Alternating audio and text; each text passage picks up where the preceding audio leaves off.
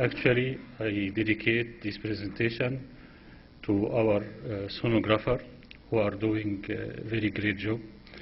And the role in the evaluation of neonates in busy ICU department is becoming more and more expanded.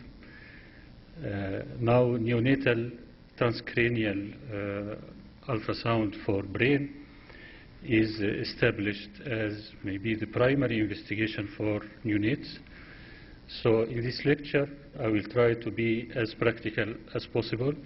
We will see the technical aspects of doing proper examination of neonatal brain, and then we'll recognize the normal scans and the normal findings which should be present, and by counter effect any abnormality which should be highlighted for the reporting radiologist to be aware of.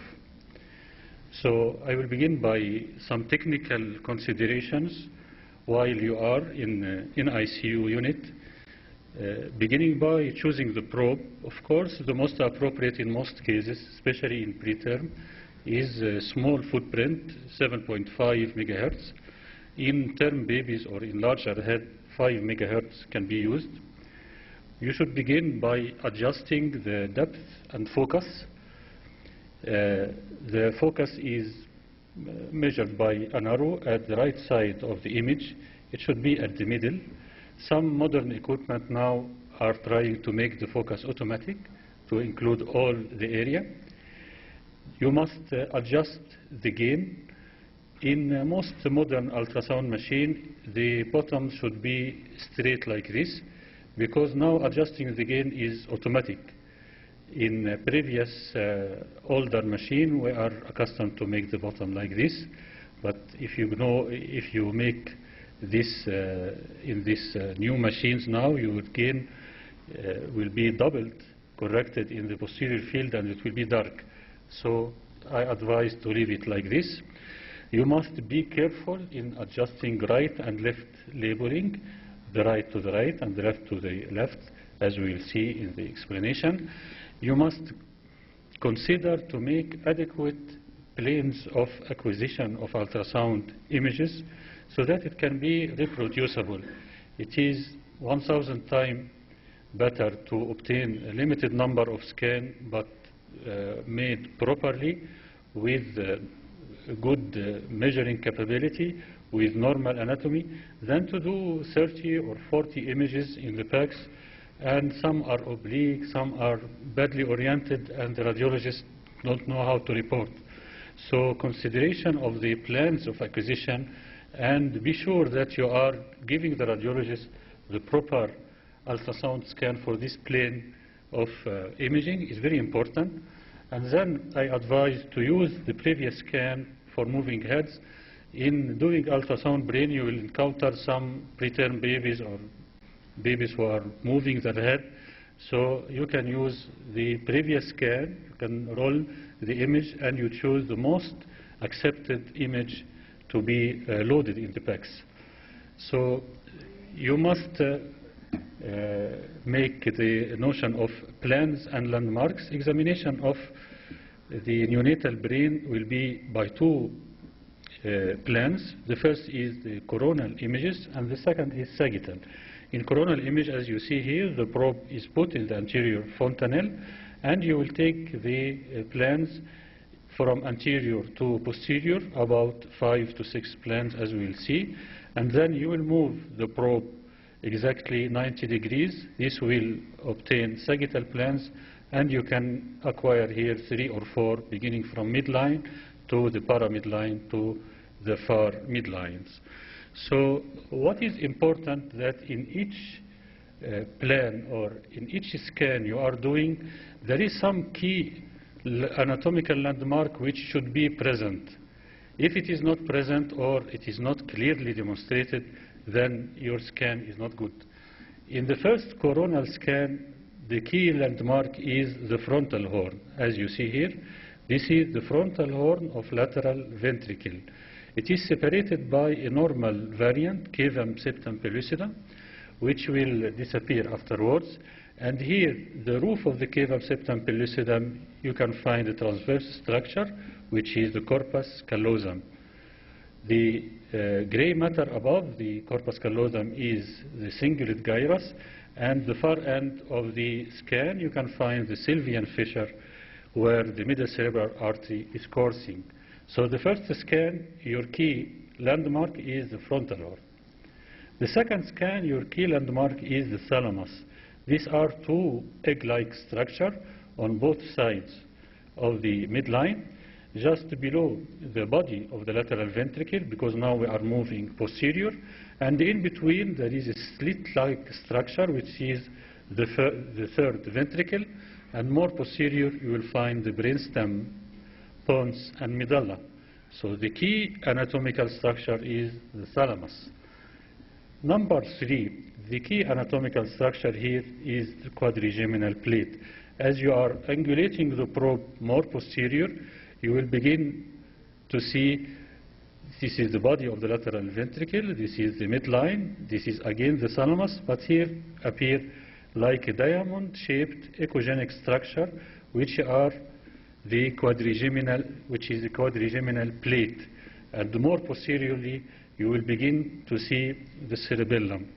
You can find that the cerebellum at this cut, especially if you are slightly anterior, it is very bright. This is normal, because if you are imaging the tentorium cerebelli, it is echogenic. If you are going deeper, it is very common to see the cerebellum slightly more echogenic than the rest. The key anatomical structure, number 3, is quadrigeminal plate. Number 4, as you are moving more posterior, you will find the choroid plexus on each side of the posterior aspect of the body of the lateral ventricle in each side. They are echogenic, and you must consider always comparing the echogenicity of the choroid plexus with the periventricular white matter. As we will see, some are making grades for this differentiation. And in the middle, the midline echo, at the most posterior is the cerebellum. The fifth scan, the key anatomical landmark is, here it is more easy. This is the white matter, the midline, and on both sides, this is the echogenic white matter, where you can see some pathologies like edema or periventricular leukomalacia. So the coronal scans are now finished.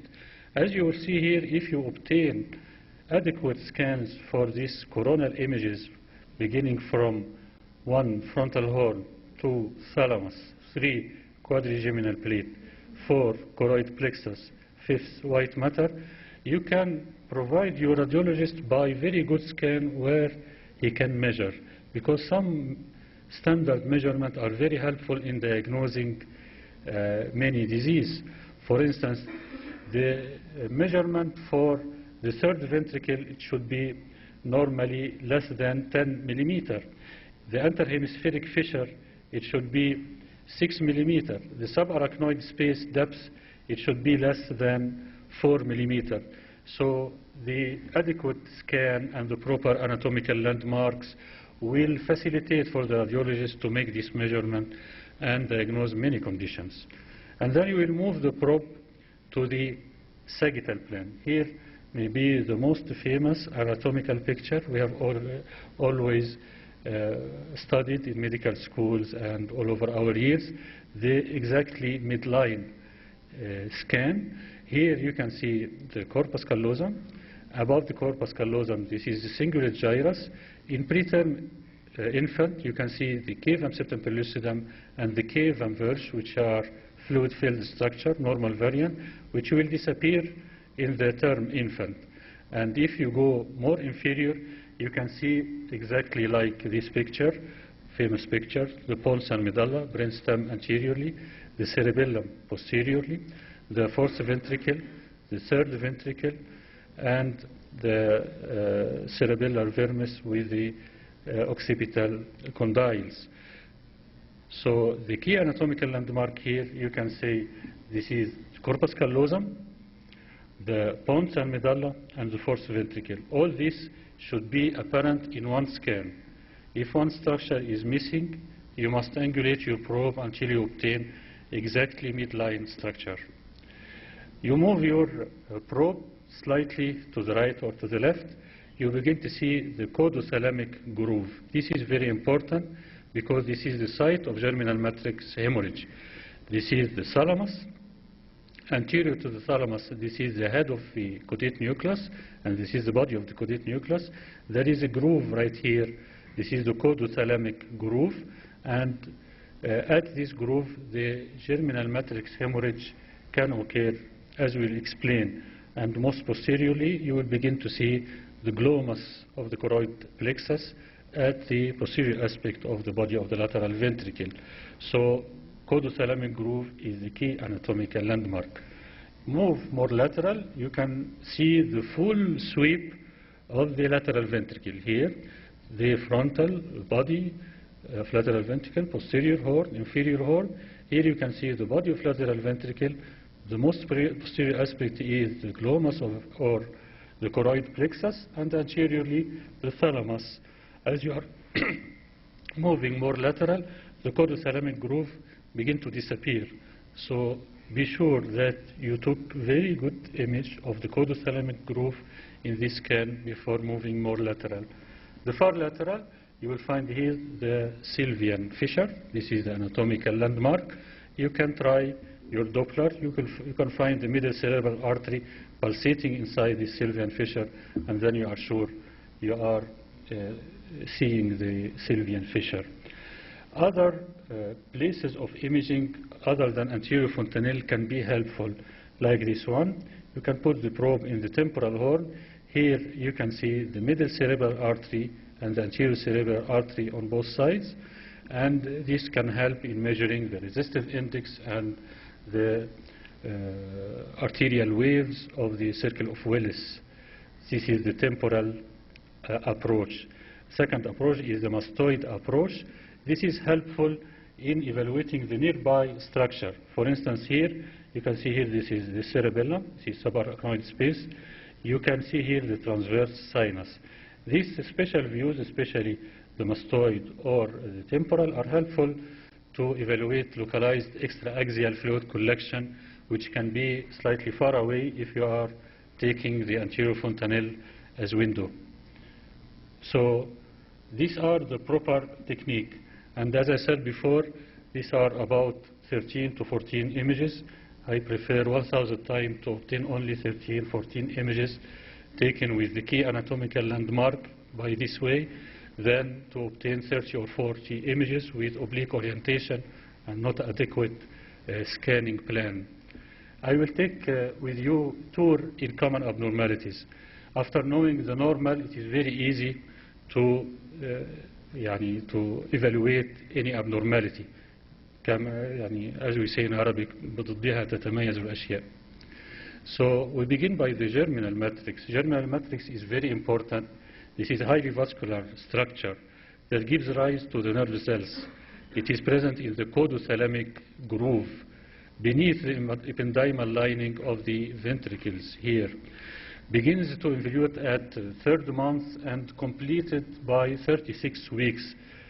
Therefore, if you have a preterm coming before 36 weeks with the hypoxia or hypoxic ischemic encephalopathy, then this area can bleed and cause what is called germinal matrix hemorrhage. Germinal matrix hemorrhage, on the contrary, on acute hemorrhage in other site, it is echogenic one acute. You see here, this is typical site of germinal matrix hemorrhage in caudothalamic grooves in both sides. In the sagittal plane, as you see here, this is the head of caudate nucleus, and this is the thalamus, which looks like a neck, and in between you see this echogenic collection. This is small germinal matrix hemorrhage, acute or grade 1. Germinal matrix hemorrhage are graded. Also, in germinal matrix hemorrhage, the time interval of the hemorrhage differ in the echogenic appearance. As we said, in the acute stage, it is hyperechogenic.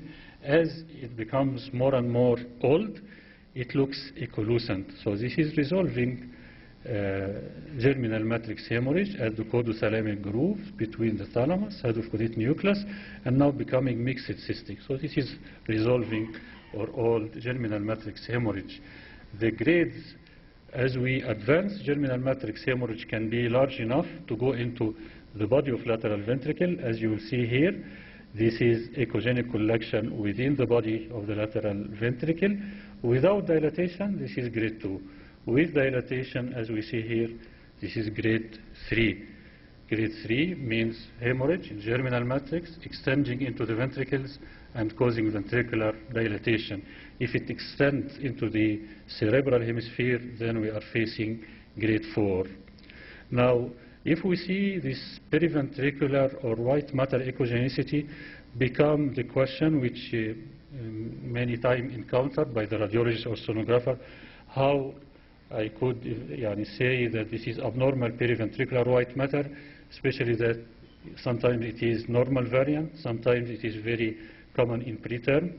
So there is a classification according to Van Wezel, grade 0, 1, and 2. Grade 0, all these are depending on comparison of the periventricular white matter echogenicity with the choroid plexus.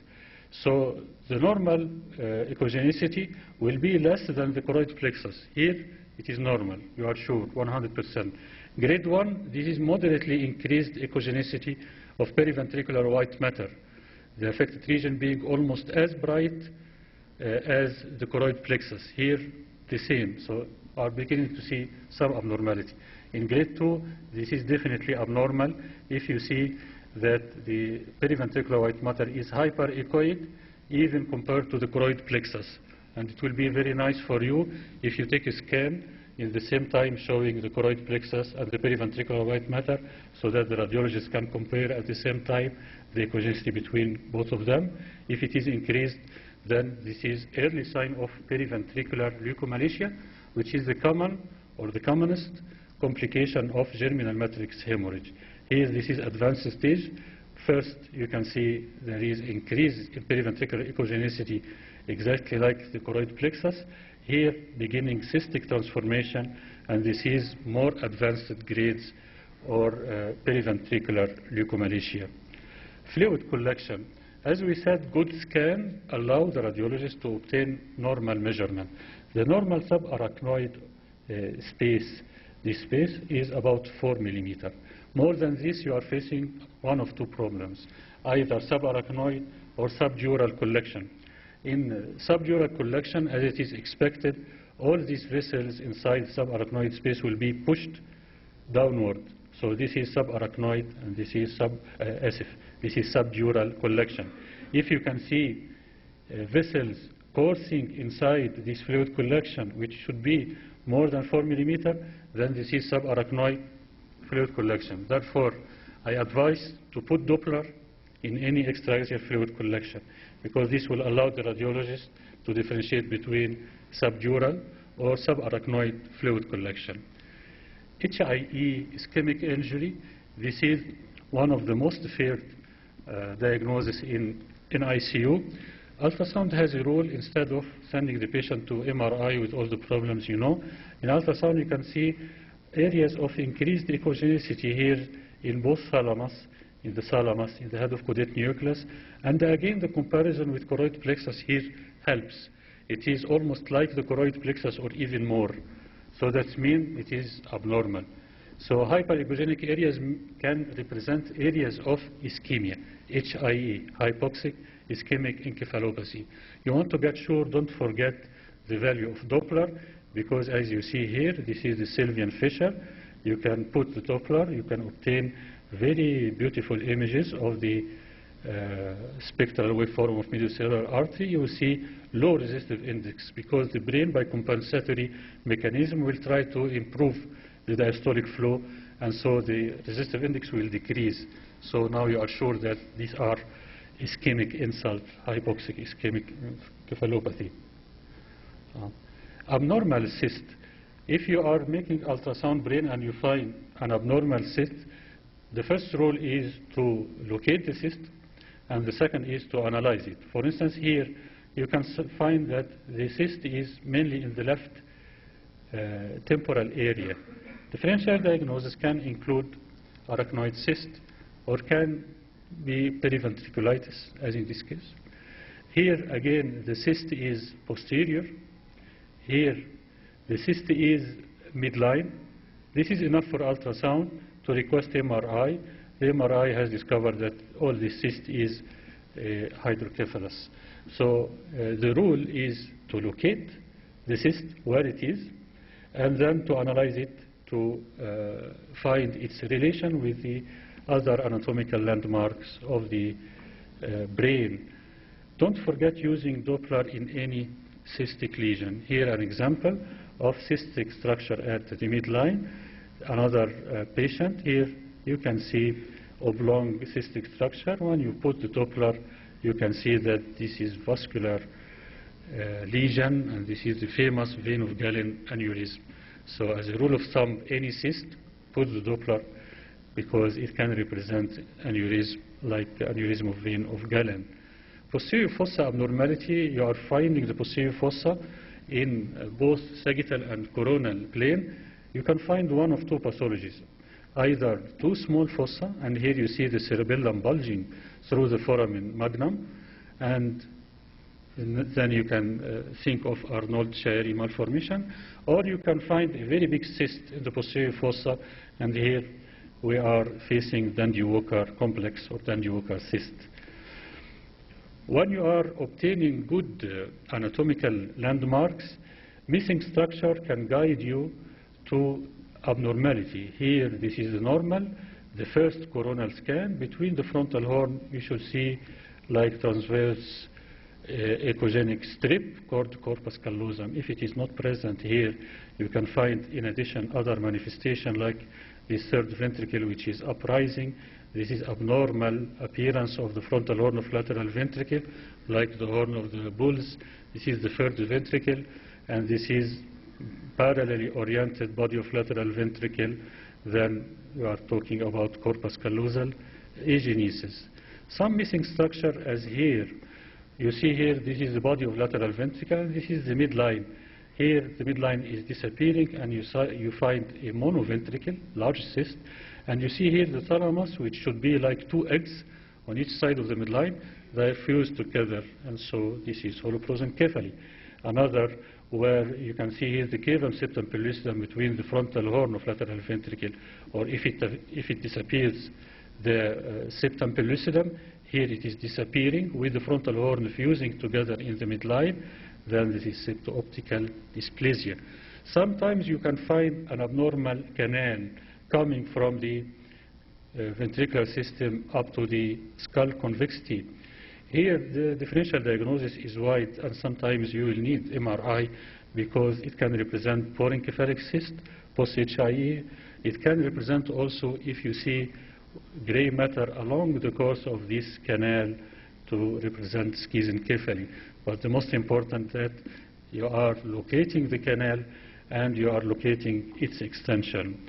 Echogenic shadows like this scattered in the brain, parenchyma here and now in the periventricular white matter, in the thalamus, in the caudate nucleus, can represent torch infection, toxoplasma, rubella, cytomegalovirus, or herpes infection.